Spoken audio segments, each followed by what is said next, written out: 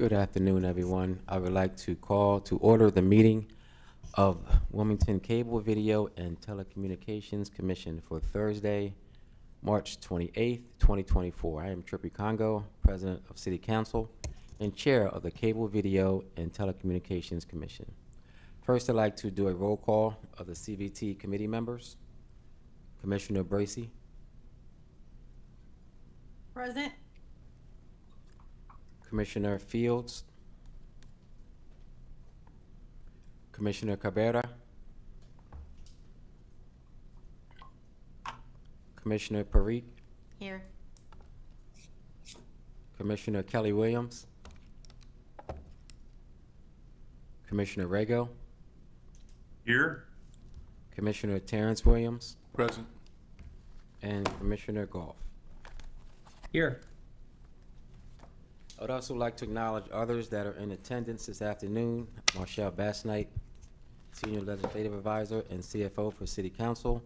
John Stant, Assistant City Solicitor. And Anita Hawks, Legislative Administrative Assistant. Mr. Chair, Yes. I'm having a little trouble hearing you. Your volume seems to be low. Okay, thank you. Okay. Is that better? Yeah, that's better. Okay, all right, thanks a lot. Everyone, can you please review the draft minutes from February 22nd, 2024 from our CVT meeting? I'll accept the motion to adopt the February 22nd, 2024 CVT minutes. So moved. Second. Motion has been moved and second. The February 22nd, 2024 CVT minutes have been adopted. For new business, we are going to go a little out of order. We're going to start with a review from the public programming trends by outside counsel, Best, and Krieger.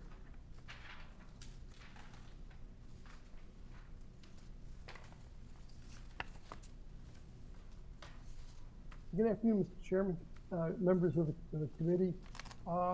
Not sure quite the title. I thought my responsibilities today were to give you an update on the franchise agreement and also to share with you trends that have been tracked by the Alliance for Community Media with respect to cable franchise fees on a decline and the response in the community media community with respect to how they're making up for that difference. If I'm permitted, I will share my screen. It says it's disabled, so if whoever the boss is, if they could give me permission. Okay, just give us a few moments, please. It's there. Oh, perfect. So someone already had it ahead of me. Fantastic. Thank you. All right. So, am I advancing this, or am I asking somebody to advance it? Well, if we could go to the next slide, please. I appreciate it. Yes, you can just say when you're ready for the next That's slide. my ugly mug. Whenever you're ready for the next slide, you can let us know. Yes, sir. Next slide, please. Right. So I thought that the presentation today would go through the status of the franchise, where we are today. It would share with all of you the extension negotiations that we're looking at and explain why we're looking at an extension rather than a renewal. And then to talk about the PEG funding challenges and the response at the national level. And then I'm available for questions and answers. So next slide, please. Actually, the one after that, please. Okay. So here's our status. In 2012, in 2012, Wilmington grants a 12-year franchise to Comcast. That franchise was effective November 18, 2012. That means it will expire on November the 18th, 2024. I have an odd habit in that I try to tell people honestly what I think of their franchises rather than try to come in and tell them what a great job I'm going to do for them in improving them. In fact, I believe that the franchise agreement that the city of Wilmington negotiated with Comcast in 2012 is a very robust franchise. In fact, it has a number of terms that if we were doing a full renewal might be in jeopardy. Terms that we get today that Comcast is not necessarily offering in renewals in other communities. And so that's why we were thinking that when Comcast suggested, hey, how about we simply extend the franchise for 5 years instead of going through a formal renewal, we did an analysis of the franchise and looked to see that, in fact, it's not a bad idea. We should consider it. And in fact, there are other communities that have gone with extensions rather than renewals. Again, communities where they had a robust franchise in place, and rather than jeopardize any of those terms, they went for an extension of it rather than a renewal. And as I point out here, the city of Boston is one such community. I also think that there are reasons for it. Comcast is very smart. They know how to play the political game, and the fact that the president happens to be a Wilmington resident, and in Boston, you know, the Senator Markey, who oversees telecom issues, sees Boston as its constituent, as does the chair of the FCC. Maybe those are some of the reasons that we were being offered an extension rather than a hash out negotiation. Whatever the reason, we felt that it was worth considering and moving forward. And so if we go to the next slide, please. So our idea in the extension was, keep what we have, which is really, really terrific, and improve on what we need. So we think that there are just a number of areas that we think that we have needs, right? And that will be build out, that will be PEG support, that will be HD, a conversion, and then there's recognition of an FCC, a Trump FCC decision that could impact some of our in-kind benefits. So let's see if we can't go through them. Build out today says that Comcast must offer services to any residents and commercial subscribers within the franchise area if there are at least 40 residences per mile. 40 was a good number in 2012.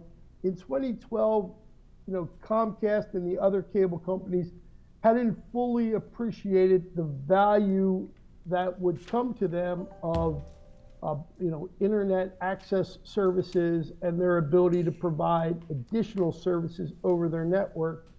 And so 40 was, as I said, an agreed to number because it was justified.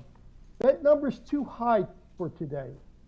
But rather than trying to negotiate from 40 down to 20, we thought, why don't we simply get a promise from Comcast in the extension that all residential consumers in Wilmington will have access to Comcast service.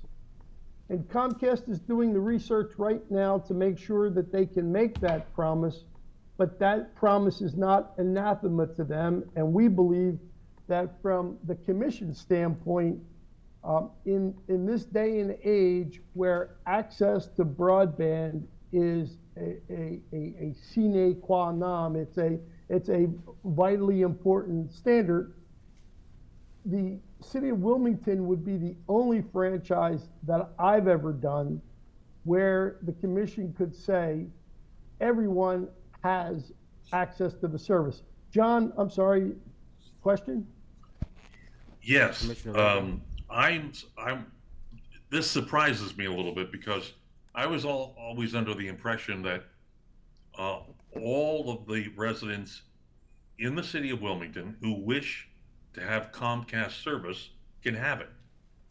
I wasn't aware that there was an area were there any limitations? Because I seem to remember many years ago, one of the stipulations, in fact, we wouldn't allow Verizon to come into Wilmington because Verizon proposed service in only certain parts of the city.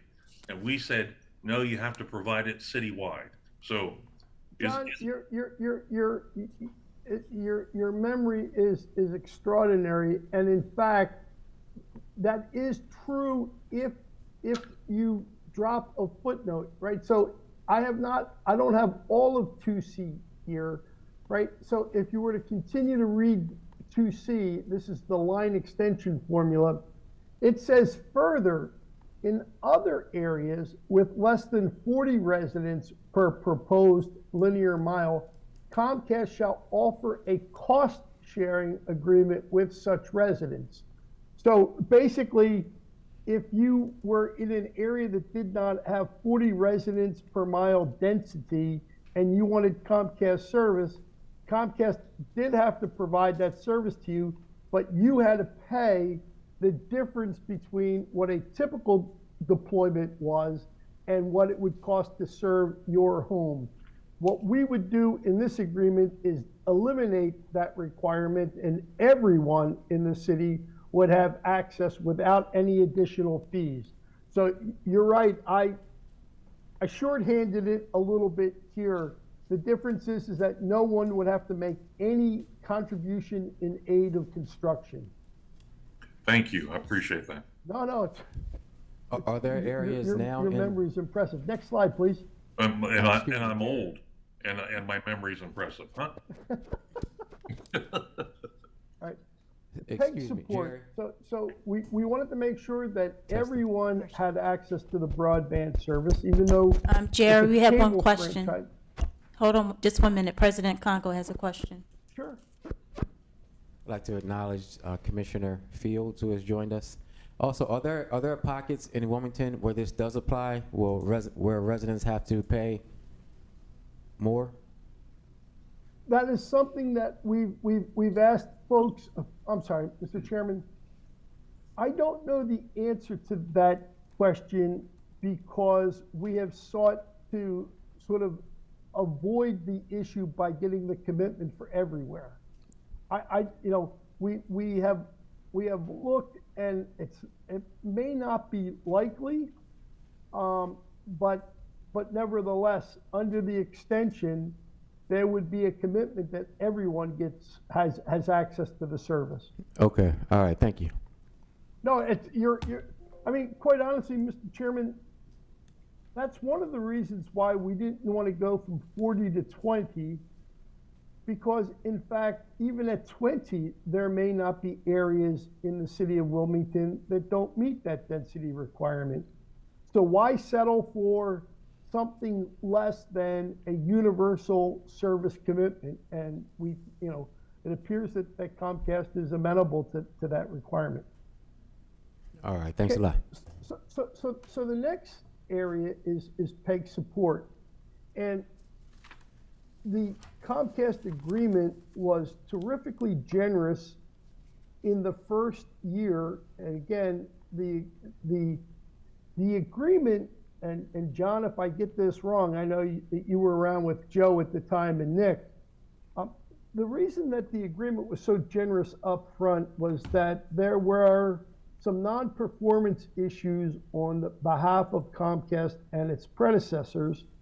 And rather than chance losing the franchise, they were willing to make amends. And so we saw significant funding up front in the franchise.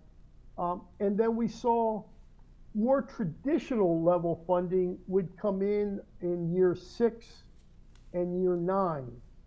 The problem is we're now in year 12. And so we haven't seen a payment in 3 years. We think that is not a good position to be in. In fact, one of the few rules I have for renewals today is that I don't want to ever do an agreement where there's not an annual payment, because in many communities around the country, not necessarily Comcast, but other cable operators, where they had this upfront and then year 6, 9, what you find is that they go into holdover, but there's no obligation to provide PEG support. We would like to avoid that, not only at the end of this year, but in perpetuity. And so what we're looking to do is we're looking to go from a periodic payment to an annual payment. The second thing is that we see Comcast came to us and said, okay, fine, we'll offer you guys $90,000 per year for the 5 years.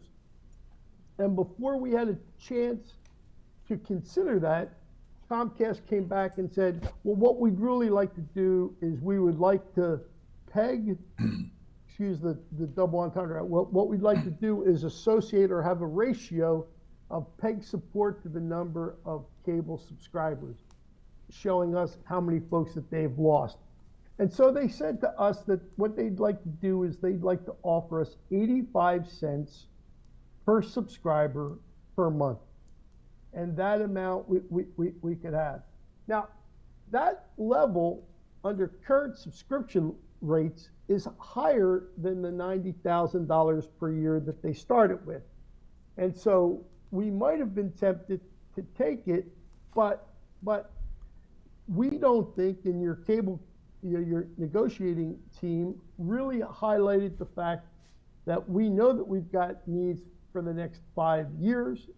We don't want to take the chance that those needs won't be met if subscription falls even less. So our response to Comcast has been, we will consider a per sub per month rate, but we want 95 cents. We don't want 85 cents. And we want a commitment that that 95 cents per sub per month will never be less than $90,000 per year. And so that's where we are. And again, Comcast tells us that, that after sort of having a lot of arguments with the folks in Philadelphia, that they believe that that's where they're going to be. John, Excuse me, Jerry. There's something that had been bothering me since you began, and that is, I'm assuming Comcast is watching this presentation. Yeah. Nothing I am sharing has not been fully discussed with Comcast, and in fact, the local negotiating team has made representations that they're supportive of this, and they're working it in Philadelphia. Okay, all right. Well, that took care of my concern that we were. Oh no, yeah, no, I think I get fired if I were sharing negotiating strategies in at a public meeting without. And for those watching this, the reason why I raised it is normally when you're discussing terms of an agreement, right, and it's not a settled agreement yet, many times these bodies will go into executive session, right, and discuss these matters. But I'm glad you cleared that up. So everything that we're talking about is already known by both parties anyway, and what we say or how we react to it is not going to affect the negotiations. It has been an amazingly open and collegial process. Now, I think that's out of respect for the staff professionals in Wilmington that have done a good job identifying community needs and coming in with realistic requests. That's great. And then I, not to belabor this whole issue, but I was a little confused about this. And again, this is for me and for people watching this. The Comcast pays the city so much a year based on the number of subscribers that it has to cable within the city of Wilmington, and so that becomes known as the franchise fee, and that's what is used to fund a lot of the WITN operations and maybe other parts of the PEG operation. But I guess this $90K that you're referring to here, the only thing I can remember is it used to be $60K, That's that, right.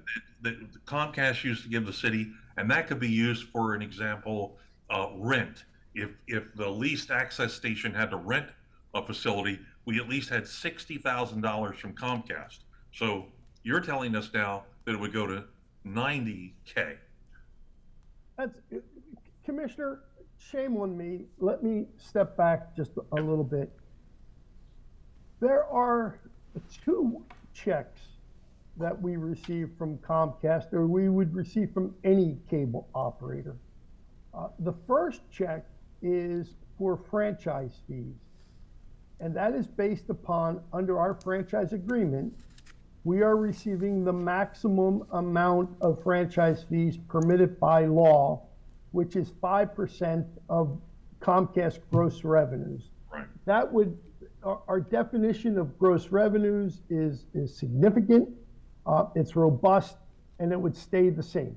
The 5%, again, would stay the same. We also have reserved the ability to increase it if federal law would ever increase it. But if you look at Title 47 of the United States Code, Section 542 on, or 511 for the definitions, that's where these rules are set. Now, in Section 542, there is an exception, and we'll talk about this a little bit when we talk about the 621 order later. There's an exception, and that is a cable operator can be required in a cable franchise to provide support for the capital needs of a PEG operation. And we can't get PEG support for operating needs, right? But we can get it for capital needs. And you cite one of the more specific ones that we've used historically, and that is the PEG capital need, or the lease terms, right? Yeah. The rent. Right. Let's use real words. The rent that Yeah. we're paying, that's been viewed to be a capital expense. Okay, thank And you. so, yeah, And yeah. by the way, the Comcast, do they still refuse to tell us how many actual subscribers they have in the city of Wilmington? I seem to remember that they don't tell us how many actual subscribers. They simply show us their bottom line, which is the money they realize from doing business in Wilmington, and then we take 5% of that. In the reports that they make to us, and again, I defer to Marshall and to Michael, and we have a city auditor that does have the right to review those matters. The difference is what is given to us that is then subject to public view, and what is given to us for auditing purposes, so that we can. All right.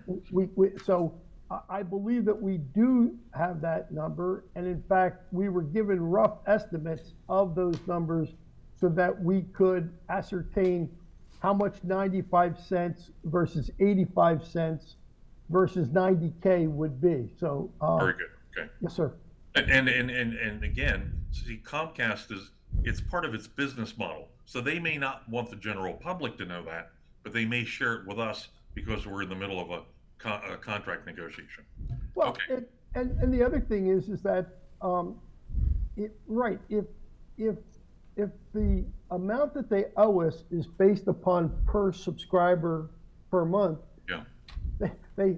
we kind of need to know that. Otherwise, there's no way for us to verify. Now, whether or not that is public knowledge, again, I will defer to Wilmington Counsel, or city attorney's office, et cetera. Okay. Great. Thank you. I'd like to recognize Commissioner Cabrera. Please. Chair, if I may respond. Yes, Michelle? Yes, I just want to say that a confidential document is provided to City Council, to the chairman, and it does have what the actual subscribers are, so that information is provided in a report. Okay, Thank you, Marshall. Sure. I did not have a question, but thank you for acknowledging that I'm here. Terrific. So the next slide, please. again, just to show folks how really robust the franchise was in 2012, you had already in 2012 started to talk about conversion to high definition format. And this is the language here. So we basically had a promise in the 2012 franchise that we would be kept current with others in the region.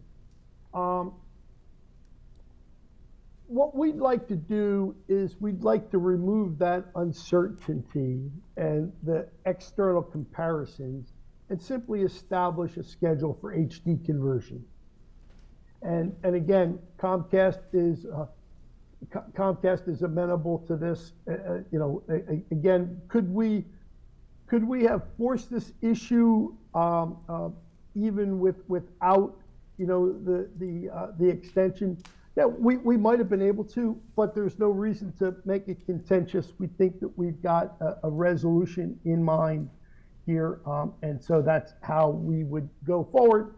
And just to give an example, a community of roughly the same size as Wilmington, not the density of Wilmington, but the same size.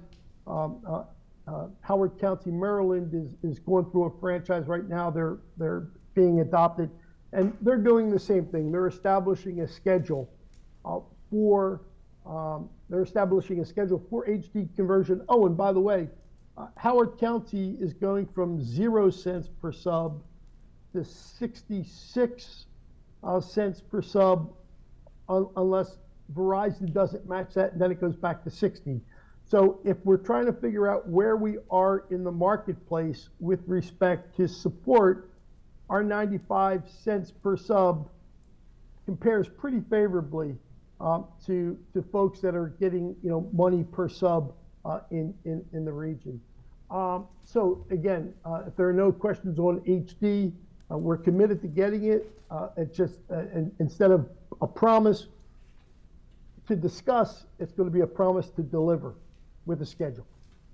Next slide, please.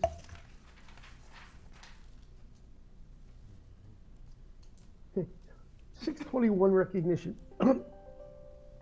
You were kind enough to allow me to come up about 4 years ago, 5 years ago, when the FCC issued an order that we call the 621 order. Section 621 is that section of the Cable Act that provides for cable feeds. And what the Trump FCC said was that in-kind benefits that a cable operator provides to a community under a cable franchise ought to be subject to offset against the 5% franchise fee, right? Because the franchise fee says it shall not exceed 5% of gross revenues. Our argument was that that's just not true. The Congress had established a number of things that we could ask for, and it was clear that Congress understood that in fact there were going to be in-kind benefits. Well, we were not successful in that part of the appeal, but what we were successful, and again, thank you Wilmington for helping underwrite the appeal, what we were successful in having the court do was overturn what the value of the in-kind benefit should be. The FCC said that the in-kind benefit would be measured at market value. The court said, no, you may be entitled to offset your cost, but you're not entitled to guaranteed profit. And so what the court said was that Comcast could come in and look at the in-kind benefits that it gives us. And what are we talking about? We're talking about the free service that our schools and our public buildings receive under the franchise. And rather than being assessed at $60, $70 per screen, it would be at Comcast cost. Now, it helps to understand a little bit about how Comcast and other cable operators do their billing. When they enter into agreements with programmers, the programmers understand that there are a number of people that will see it that aren't going to pay for it. And so a cable operator typically only pays a programmer per sets of eyeballs that are watching the programming and paying for the programming. So what that means in our case is that the programming costs for that which we see are close to zero, if not zero. And because our franchise has been built out for so many years, that all the drops, all the connections to the government buildings have been fully depreciated. And so the cost of the conduit is probably close to zero. And so the cost for Comcast providing some of these services is not very large. And again, I don't want to make it sound like we're not grateful to Comcast for offering these services for free, because other people out there aren't necessarily doing the same thing. But what we'd like to do is we'd like to have the current services outlined in the 2012 franchise, maintained, and agreed that they will continue to be provided complimentary. So that's kind of where we are with respect to the franchise extension discussions. I'll stop there, and if there are any questions on that, we can deal. We can address those, and then after that, again, the professional staff has asked me if I could share what's happening in other communities in terms of how they are sort of filling in the gaps of funding that's going away or is being reduced because of the reduction in the number of cable subscribers. Do any commissioners have any questions or comments? All right, I don't think we have any, Jerry. Sure. Thank you. Next slide, please, or actually the next two slides.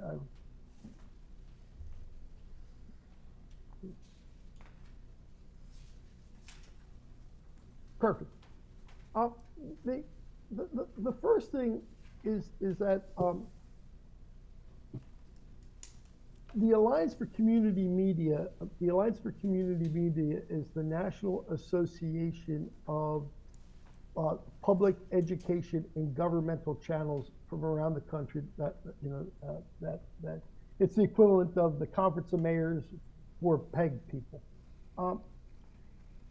The Alliance for Community Media just did a survey, and Marshall asked if I could reach out to them and find out if they would share the results with us, and they did. And so the idea that there's diminishing cable revenue is being seen across the board, right? So 16% said, 84% saw a decrease in cable revenue from 22 to 23. 10 people skipped it totally, or they are raising all of their money from fundraising, not from cable. And 16% of the respondents say that they saw an increase in cable revenue. Again, by cable revenue here, they're meaning support from cable fees being received by the local government, the local franchising authority. Interestingly enough, if we are able to achieve the extension, Wilmington would be in that 16%, where we're going to see not only an extension from 22 to 23, but we would be seeing it in 24 through the end of the extension. So I think it's important for us to understand. Next slide, please. But the other insight here is the shrinking or the reduction in the percentage of annual budgets that PEG operations are receiving from, again, they use the expression cable revenue, but it's from resources that are coming from the cable company or from cable franchise fees. And again, I think that it's important for us to recognize the national trends and also to recognize the way that others around the country are responding to this reduction, and an understanding that they can't always look to the local franchising authority, the local government, to make up the gaps.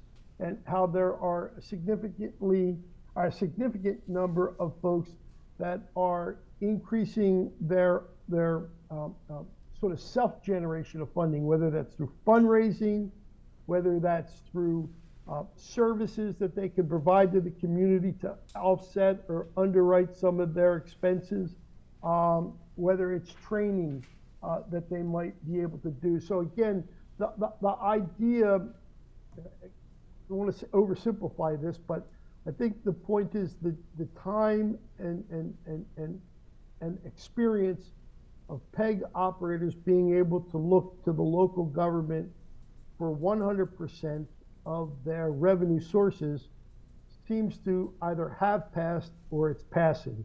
And again, your professional staff asked that I share that with the committee because that may not be exactly consistent with the view that you have right now on obligations to fund PEG operations. With that, I should be quiet, and I hope I haven't run too long. If there are any questions that you have, please let me know. I'm here. Okay, thank you. Commissioner Rego? Yeah, I was just curious on a follow-up to the information that was just presented about what is happening around the country with falling franchise fees. Is there any information about what these cities or municipalities are doing? Have they made decisions to cut back? Are they eliminating one of the PEG channels, or? You know, Commissioner, Yep. I can share with you all of the research. I don't believe that there has been a significant loss of PEG channels, and if there was a loss, it was a consolidation.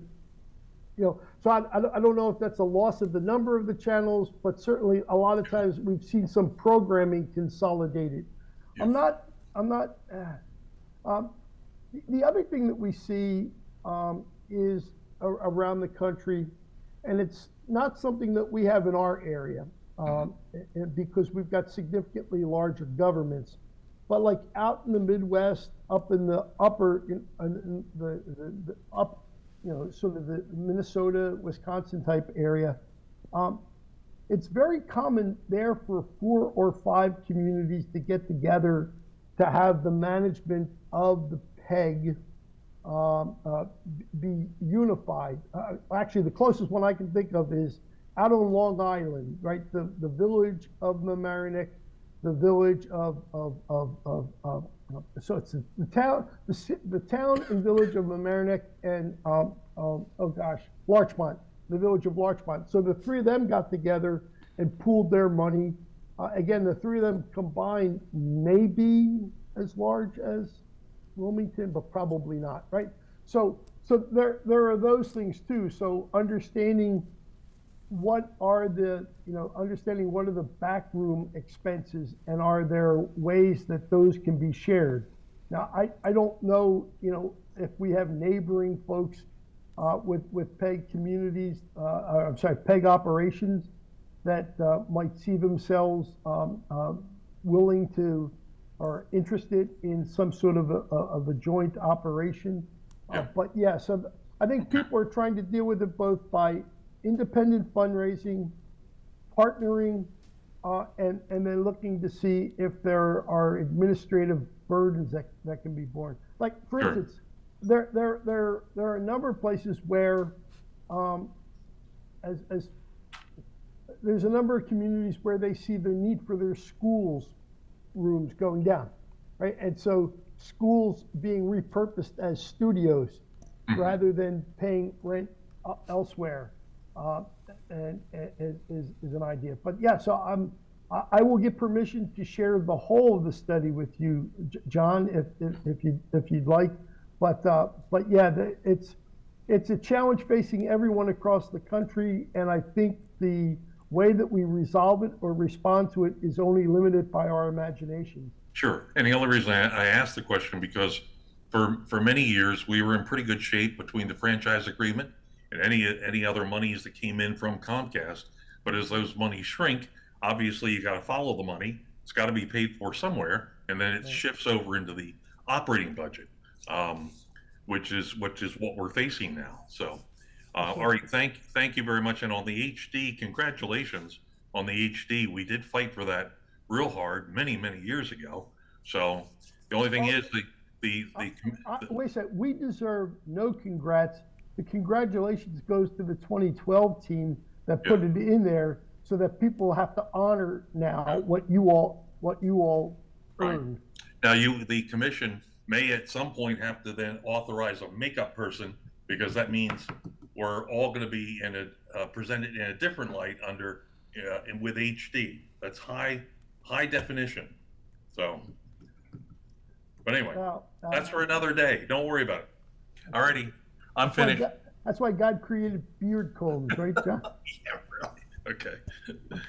Thank you. All right, thank you. Do any other commissioners have any questions or concerns? I have a question. Yes, Jerry, Commissioner Williams. are you saying other municipalities including the streaming services in the cable revenue, or is it being split out separate?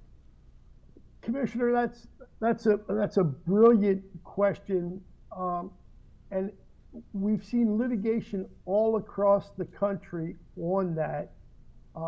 The difficulty right now is that the legal definitions of what a cable service is versus what a streaming service is have been running against us. Now, there's a very good chance that those terms will be changed in the next month. We all have heard, right, about net neutrality. Net neutrality, I apologize if I could step back. One of the sort of simple things about telecom law that people don't want to share because it keeps people like me employed is that it truly is all about definitions, and how a service is defined will then impact what its rules are. Historically, the cable industry thought that internet access over the cable system, or what was called a cable modem service, was a cable service. And in the 2000s, there was a debate as to whether or not it was a cable service or a telecommunications service. And one of the reasons, God rest his soul, my former partner Joe Van Eaton used to say that we believe that the cable industry will support that it's a cable service, is that the regulatory expense of a cable service is a lot cheaper than the telecom service. But then Michael Powell, who's now the head of the cable industry, when he was then the chairman of the FCC, they came up with a third alternative, that it wasn't a cable service and it wasn't a telecom service, it was an information service. And not only an information service, but an interstate information service. Now, if you guys and gals will remember back when we were in grade school, we had to learn how to parse sentences. Well, if you parse those two words, interstate means state and local government need not apply. Interstate is the exclusive domain of the feds. And information service means that it's not cable and it's not telecom. So guess what? That means the feds don't have any legal authority to regulate it. And that's why the internet, cable modem service, or DSL, or however people are getting it, has been outside of any regulatory obligations. The net neutrality order, or the reclassification, again, definitions matter, is the question of has internet access service, have broadband services been properly defined as interstate information services, or should they be going back to the original definition by then the Obama FCC, that in fact that broadband services have a telecommunications component? We expect that the FCC on April the 25th, that's the next open meeting of the FCC will issue a final order on net neutrality or reclassification that says that broadband services have a telecom component, and that will in fact impact, where those services are and how they're characterized. So they may not become a cable service that we can capture under a cable franchise, but if they're a telecom service, we may be able to capture revenues that way, and a lot of that will depend on what state law is with respect to telecommunication services and the rights that we have. But right now, sir, we don't jump into the issue of streaming other than to preserve the very good definition of what constitutes a gross revenue that John and the 2012 team was able to negotiate, because it doesn't exclude the possibility of being able to do that. There are franchises being negotiated around the country where streaming services are specifically excluded, and we don't do that. Again, that's one of the reasons to go for an extension rather than a full renewal, because that's one of the things that would be negotiated in a full renewal. Thanks. I appreciate your response, because that's the way I interpret it as well, being as though we said gross revenue from the cable sales. I would think that the streaming would be included in that as well. You know what, Commissioner, at sometimes there are times when the law confuses common sense,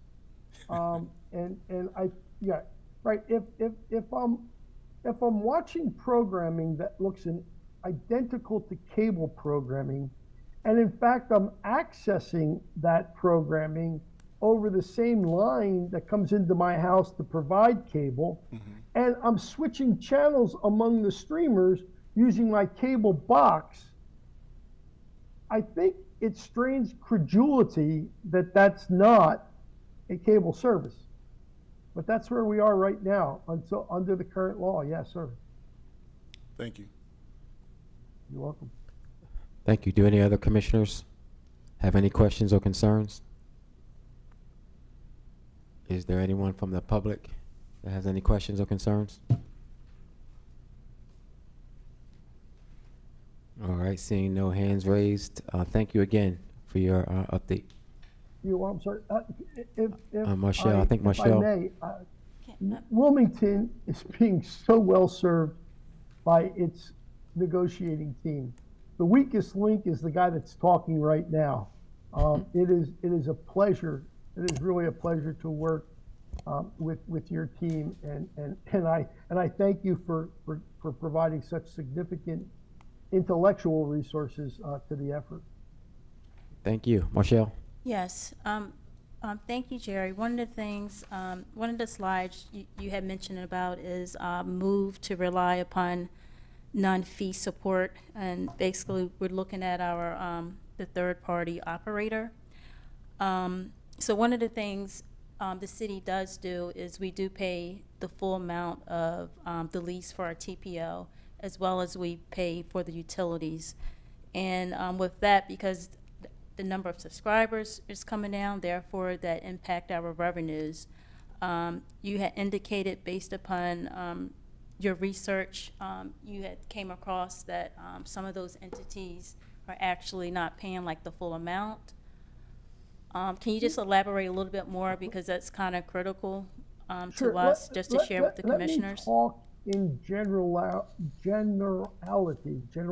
Wow, somebody help me with the word. It won't come out today. But as Commissioner Rago mentioned, that might be a subject, if we want to talk about a specific entity, that might be a subject that we do better in executive session, as well as having someone to represent that entity. I will simply say this, that it is the day that a PEG operator can look to the government to cover all of its expenses is gone. That day has come and gone. It's just, it is a reality of the shrinking revenue source. Again, if I think we want the P, we want the E, we want the G to survive, and one of the ways that they survive is that if each entity is asked to use a very sharp pencil to address their expenses, and to use a very large pencil in coming up with ideas on how they might raise funds independent of the government or the local franchise, or Wilmington in this case. The other area is, and again, I teased when we talked among ourselves, I'm born and raised in Philadelphia, so the public channel or public television station that I was raised with was Channel 12 of Wilmington. And there are a lot of PEG stations out there that are following the public television model of sponsorship, right? It's not advertising, but it's sponsorship, and so, and as President Biden indicated in his State of the Union, there are more corporations in Wilmington than there are in pretty much all the rest of the country combined. So the idea that Wilmington might look to obtain sponsorships for some of their programming is something that's being done around the country, is not being done locally. Whether or not there are efforts that to provide sort of educational services on how to use programming sources that now can be used both on television and online. People are making those types of scholarships available. There are some people that are out looking at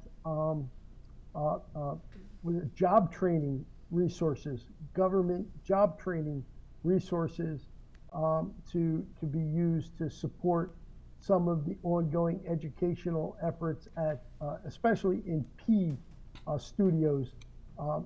So again, speaking generically, PENG, they're being asked, they're being asked to contribute to their own bottom line, to meet some of their own expenses, and to make sure that their expenses are as sharp as possible. All right, thank you. Any other follow-up, Marshall? No, thank you. Okay. Any other commissioners? All right, thank you again, Jerry. You're welcome. Happy Easter, everyone. Bye-bye. At this time, we are going to go back to the top of the agenda, where we're going to discuss a draft TPO sublease agreement.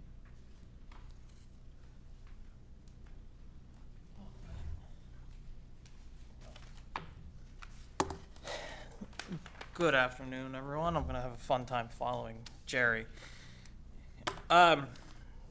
So as was discussed at the last meeting, there was a talk and need for finding a better space for the TPO and our PEG channels. And I know Marshall went out, I'm not sure who else went out to 1105 North Market and liked the space, and an agreement with BPG was drawn up. It's been approved as to form by the law department. Excuse me. I don't know if it's been signed by anyone at City Council to allow the city to move basically from Lancaster to Market Street. There were concerns last time about the HVAC language. That's been taken care of. The landlord, if I read the lease correctly, the BPG will take care of any HVAC issues.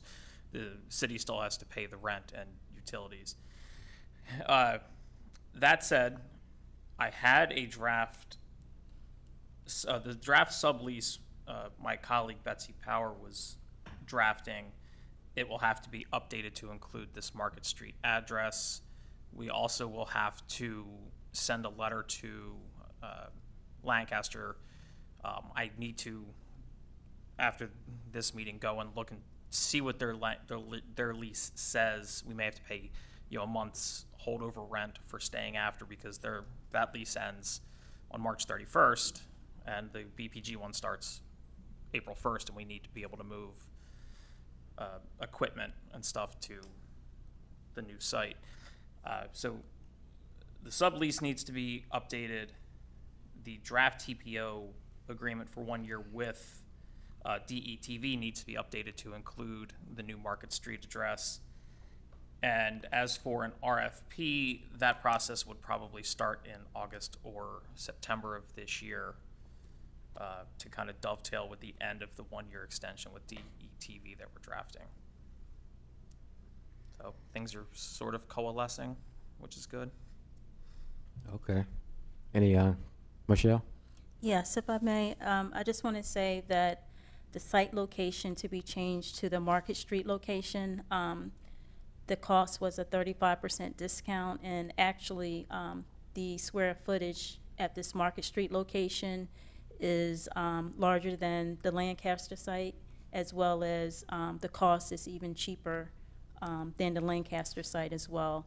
We're trying to be very prudent with our KTV dollars, since we know that the number of subscribers is going down, and it's impacting our bottom line. That's going to be like a continued repeat, for me, as just being just trying to provide the best guidance on the best use of the KTV funds. And so I just want to just mention that for the record, so I'm not repeating myself, but I'm just doing that, for a purpose and for a reason. Thank you. Thank you. Commissioner Brago, followed by Commissioner Cabrera. Thanks, Mr. Chair. This is a question about the authority of the commission that we all sit on here.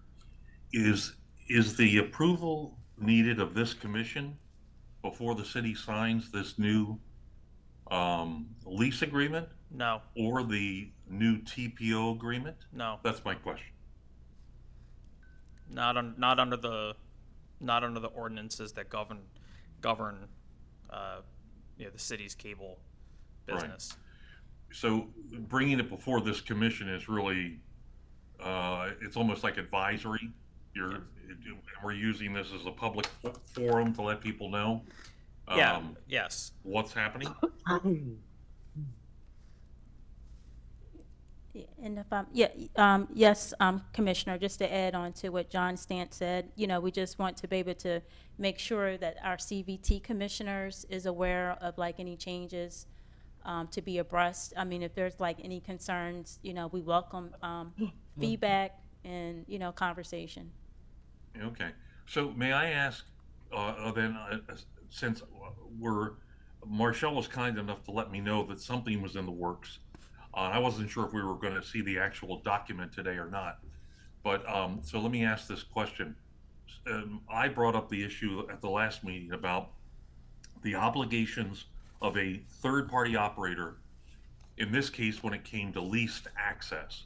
So can you just tell me what are the obligations now of the third-party operator? I understand that HVAC has been removed. So that's the authority of the building owner.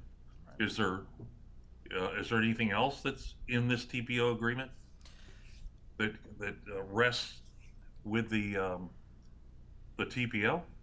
Well, the third party agreement hasn't been signed yet to extend DETV's third party operator agreement with us. So anything that you want in there, we can take into account while it's drafted. Based on discussions at the last meeting, we wanted to focus on finding a more cost-effective space, which we've done, and now it's just time to incorporate everything into the agreements with our third-party Right. operator. And I appreciate that. My question though is, it's not, DETV. That's not what I'm asking about. What I'm asking about is whoever the third-party operator is from this point moving forward, I wanted to make sure that whatever sublease agreement the city has plans to put in place is not like the old sublease agreement. So, I'm hearing that the third-party operator under a new sublease agreement, whoever that third-party operator is not responsible for air conditioning and heating. That can Uh, be, Right, that- and I did hear that the city is now responsible for paying the rent. And I guess I'm asking, what is the city responsible for, and what is the TPO responsible for in a new agreement? I mean, what are the intentions is what I'm asking. I understand there's not a TPO yet, but my understanding is that the any agreement between the city and the TPO will be similar to the prior agreement with the TPO, with possibly excluding the HVAC per concerns raised at the last meeting. But no TPO agreement or extension has been signed yet. okay. Okay, well, I'm assuming the HVAC is not gonna be in it because you just said that BPG, whoever owns that building is gonna pay if there's any HVAC problems under this new agreement, correct? Yes, it can be removed. Nothing's been set in stone yet. Okay, so, will this commission be called together again to be informed as to what a TPO sublease agreement looks like? I don't have that authority to call a Well, I'm meeting. not asking you, I should have directed that to the chair. Yes, Marshall? Commissioner, I mean, that's a good question. That's the reason we're trying to have, today's meeting, and it's my understanding, I mean, although the sublease agreement hasn't fully been executed yet, is that, it wasn't going to change from the previous sublease agreement with the exception of making clarity regarding the HVAC issue. Meaning, with this new lease agreement, that's no longer on the subleasee nor the city. So other than that, everything else remains the same. Meaning, we as the Okay. city, we're gonna be responsible for, the utilities. There's no new costs or charges or anything for the TPO. Okay, fine. Yes. So, the city pays the rent of the space, the TPO performs the duties as prescribed by the city in terms of what we want a third-party operator to do, and that third-party operator then doesn't have any other obligations put on it by the city to pay anything else, is what you're saying? Yes, and that's correct. Now, Great. when we do draft the new TPO, we're not sure if that will be the same. You know, some things might change then. We don't know what that is. We haven't even looked at what the new TPO will look like. So, Well, how does can this commission receive a copy of the TPO sublease agreement so that we understand what changes have been made? oh, yes, absolutely. We'll provide Okay. the commission a copy of the sublease as well as the lease for the Market Street, yes. Okay, great. And again, we don't have any control over whether this happens or not, because that was I'm hearing some sounds, wasn't sure what that was.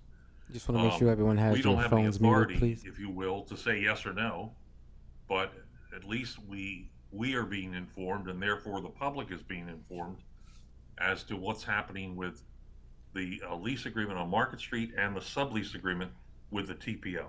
Yes. Okay, all righty. All right, thank you. Commissioner Cabrera? Yes, maybe my question is a bit trivial, but with the studios at Comcast, there was ample parking when you needed to come in to do a production. I know that I've had challenges showing up to the Market Street studio trying to park anywhere in a nearby vicinity to get to the studio. So I guess my question is there any, I don't know, have we thought about parking and accessibility for when people do come to do the shows? And maybe there is nothing we can do, but just putting it out there because that was a commodity that we did have with the former building. If I may. Yes. Thank you. Thank you, Commissioner Cabrera. I believe that's something that's being discussed. I do know that there's a nearby parking garage, and we're going to explore the idea of working something out with that garage for guests. So it's something that's on our mind, and we'll just have to see how things pan out. Thank you for your response. Yeah, I'm thinking something like the community service building does when you visit some of their offices there in those organizations. There is arrangements made for, you know, short-term parking, nothing excessive, but for the guests that do come in or the visitors to those buildings, that would be great to see if we can make those accommodations. Thank you for answering my question. Thank you. Any other commissioners have questions or concerns around this agenda item? Does anyone from the public? I have an issue to bring up, but I'm not sure Commissioner where to Rego? bring it up in the agenda. Maybe I can just say it for the record.